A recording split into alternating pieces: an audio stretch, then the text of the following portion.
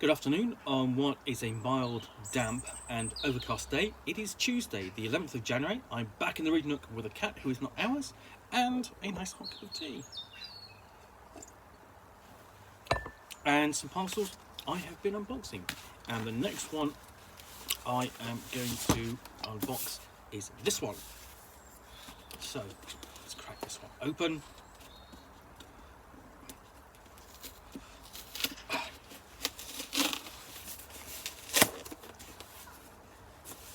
Okay,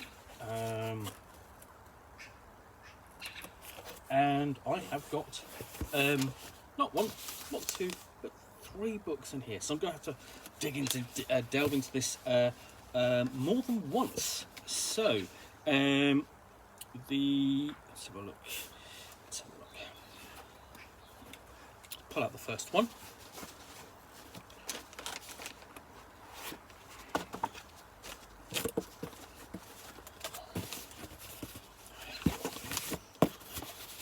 Looks at me going, what are you doing? And the first one I'm going to look at is the Apocalypse War, and this is for Judge Dredd and the Worlds of 2000 AD role-playing game, published by N Publishing. And let's have a look. Forward the Metal Legions. In humanity's bleak future, a city with a population numbering the hundreds of millions is watched over by a totalitarian regime who invests its judges with the authority to dispense instant judges.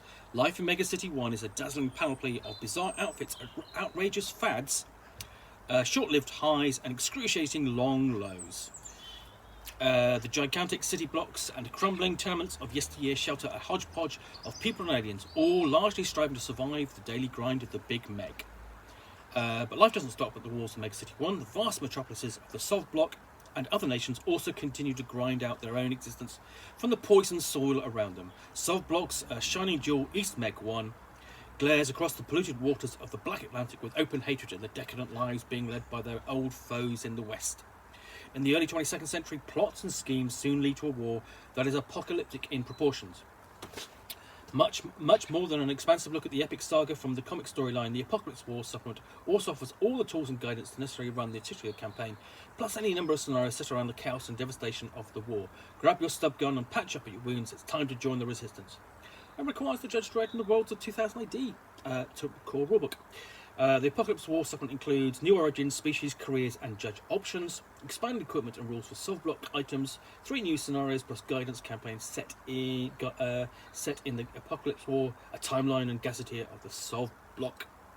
Now, Judge Dredd and the Worlds of 2000 AD is the 4th Judge Dredd role-playing game published. And one of the things it does is it does 2 things. First up, it opens up all of the 2000 AD properties, and it's done that with the Stratagem Dog sourcebook and the Rogue Trooper sourcebook.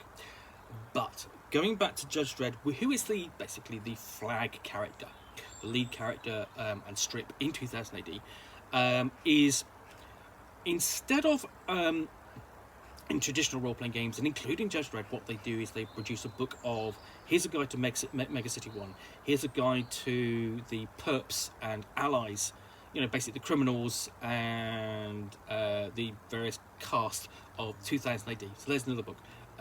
Here's a guide to psionics in the setting. What it does is it looks at the actual stories and uses them as the basis for campaigns and adventures and investigations. And if you go back into 2000 AD's history and Judge Dredd's history, there are some great long-running stories. The Cursed Earth, or Cursed Earth, or the Judge Child quest, or the Apocalypse War. So it's going through some of the big classic stories. Now, Judge Dredd would also throw in little mini stories, little individual stories that could be told in 1 or 2 or 3 different little issues, but long-running sagas which would take place over 20, even 30 issues, and the Apocalypse War is one of them. Now, I would say is it would have been nice if they kind of done a line. Basically, they numbered these in order in which they appeared in the comic strip. So you would start off with the Railway Wars and then go into the next one. This one takes its. This doesn't have the artwork from a piece of artwork from which has been especially commissioned or anything like that. Takes it from the cover of one of the issues. So if you go inside, you can see it reprinted here in all its glory on the front of taken from the comic.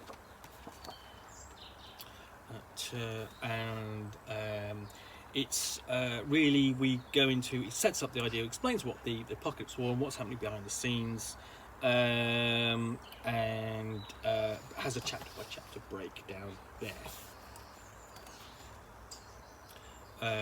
So if the first chapter is the road to war, things like block mania, an earth-shattering apocalypse, and sort of like delaying tactics. And interesting thing is that you can actually, one of the things that you could do is essentially you could actually use the block mania board game. Sort of like as an aid to your camp, aid to your game. Rebellion, who publish 2000 AD, also has a games arm and actually has reprinted both basically Blockmania and Mega Blockmania. Then we have Apocalyptic Careers, so dealing with clones and mutants and so on. And I mean, I'd be interested to go back and read these now. It's been a long time, but I did read them at the time and really enjoyed them. So different careers that the characters can have, whether or not they're judges or non-judges. And we're talking about here we have careers like the Dixie Club member or Daughter of the Apocalypse, is essentially organisations that civilians can belong to. That gives it options to you really. You can play it sort of like as judges or civilians living in Judge Dredd, and we go on to perk careers. So that might be a gulag mobster or a pirate captain, essentially.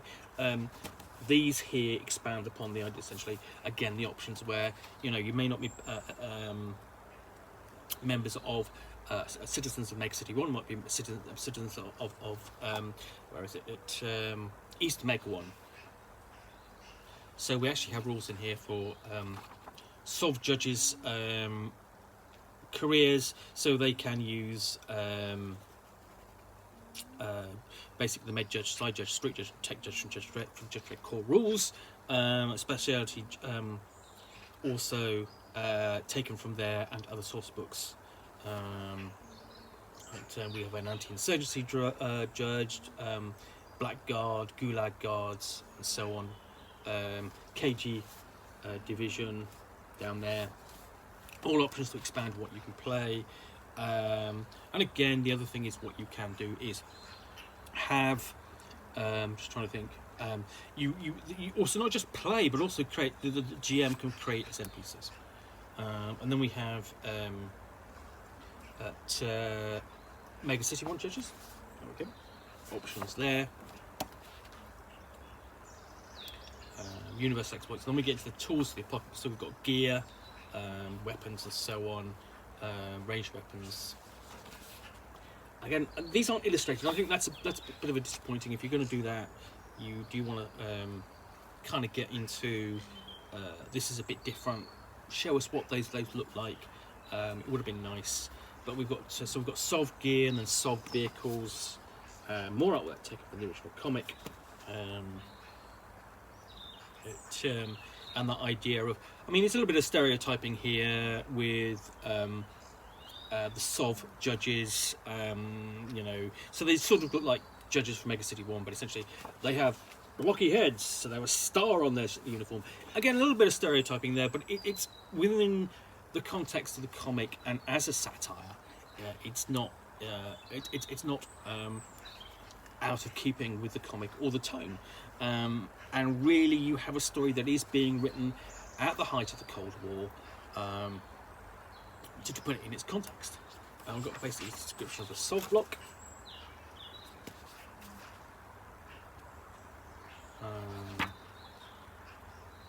and some of this is really kind of taken a bit from this artwork is sort of like taken from later stories and later visits to the Soviet sphere of influence. Things like getting onto things like East European enclaves like Krakow and Latveria, which is a nice little nod to Marvel Comics and Doctor Doom, I would guess. Then we have a Sov block timeline. So you could actually play, if you wanted to, you could actually run a Sov block campaign, you playing judges, and that would be quite different in its tone. Very much taking its style and feel from depictions of the Soviet Union of the period. Okay, so we'll give a description of the Black Atlantic, which is essentially the soiled, polluted Atlantic Ocean. And then activities, things like, we never meant to sail the Black Atlantic, which is a scenario for civilians.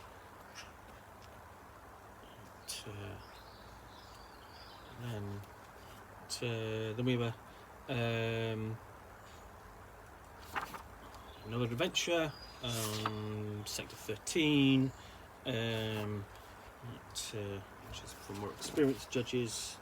And again, I would imagine that a basic Apocalypse War scenario would be fairly combat heavy, fairly action orientated, so you would need experienced judges. We go on to Tales of the Apocalypse, and we've got different basically mini encounters, that sort of thing, which the referee can essentially expand upon.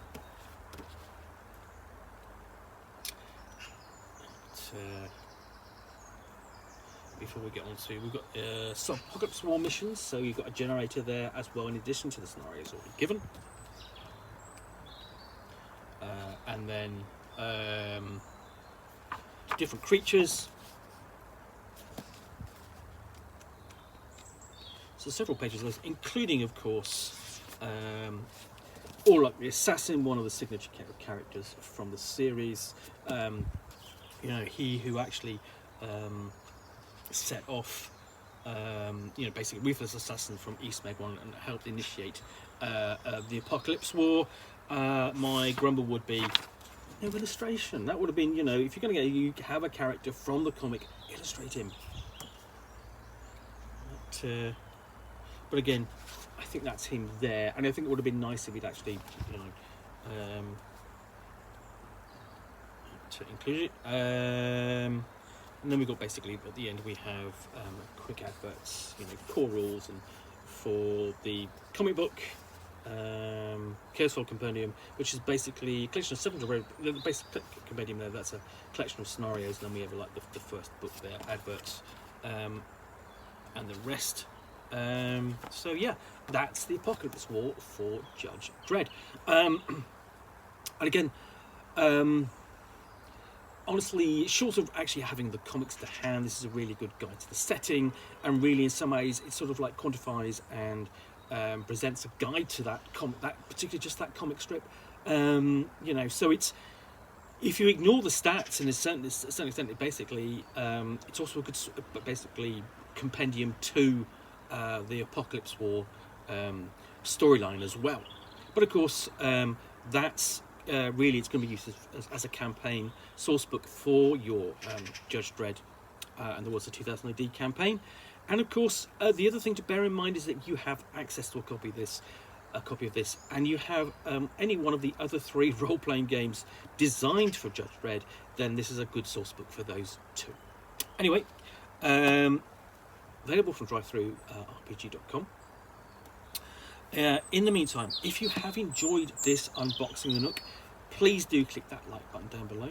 And of course, if you've got any comments or feedback, I appreciate you posting those. And lastly, if you want to be alerted to yet more unboxings of the Nook, where you will see me out here with a cat who is not ours, and a nice hot cup of tea, and of course a pile of parcels and a book or game which I will pull out, unbox, and talk about to the best extent of my knowledge for roughly 10 minutes or so. then please do hit that subscribe button. Once again, thanks for watching, and we'll be back again soon with another unboxing of the Nook. Bye for now.